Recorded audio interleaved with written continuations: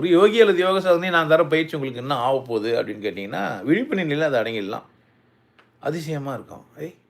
எதுவுமே யோசிக்காமல் இருக்க முடியுது அப்படின்ட்டு. அந்த இடத்துல தான் உங்களுக்கு ஞானம்ன்ட்டு. இங்கே நிறைய பேர் நான் போயிட்டேன், கடவுள் பார்த்துட்டேன், ஞானம் வாங்கிட்டேன்லாம் எல்லாருமே சொல்கிறாங்க. சொல்லவும் செய்யலாம். ஒன்றும் தப்பு கிடையாது. ஒரு புத்தகம் படிச்சுட்டு நான் கடவுள் தெரிஞ்சுக்கினேன்லாம். ஏதோ ஒரு புத்தகத்தை படிச்சுட்டு நான் எல்லாம் தெரிஞ்சினேன்னு பேசலாம். ஒரு மந்திரம் சொல்லிட்டு நான் கடவுளுக்கு ரொம்ப நெருக்கமானவன்னு சொல்லிக்கலாம். ஒரு மத சடங்கு செஞ்சுட்டு நான் கடவுளுக்கு நெருக்கமானவன்னு சொல்லிக்கலாம். ஒரு 4 ஏழைங்களுக்கு சோறை போட்டு என்ன பண்ணிடலாம். ஆக்சுவலாக 4 பேர் வந்து உங்ககிட்ட சாப்பிட்டாங்கன்னாக்கா அவங்க ஏழைகள் கிடையாது, பசியோடு வந்தவங்க. பசி ஒரு வரம் அப்படின்னு புரிஞ்சிச்சானாக்கா அவங்களாம் பணக்காரங்க. பசியோடு இருக்கிறவங்க தான் வசதியானவங்கன்னு உனக்கு புரியவே இல்லை. நீ நினச்சிங்கிற சாப்பிட்றவங்களாம் வசதியானவங்கன்னு நினச்சிங்கிற, கிடையவே கிடையாது. நிறைய பேருக்கு பசி எடுக்கல, டேபிளில் நிறைய வச்சுக்கிறாங்க.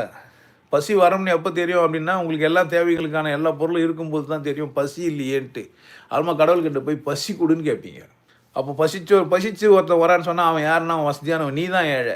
ஏன்னா உன்னால் மொத்தத்தையும் சாப்பிட முடியாத அளவுக்கு நீ வச்சுங்கிற. திருடன் நம்பர் 1 ஃப்ராடு கம்பெனி நீ. ஆனால் நீ என்ன பண்ணுறன்னா தர்மம் செய்கிறேன்னு வர சொல்லுங்கிற.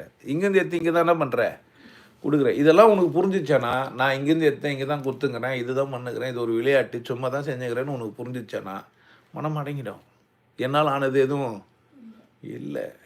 ஏதோ ஒன்று என்னை உருவாக்கிட்டு கொண்டாடின்னு இருக்குது.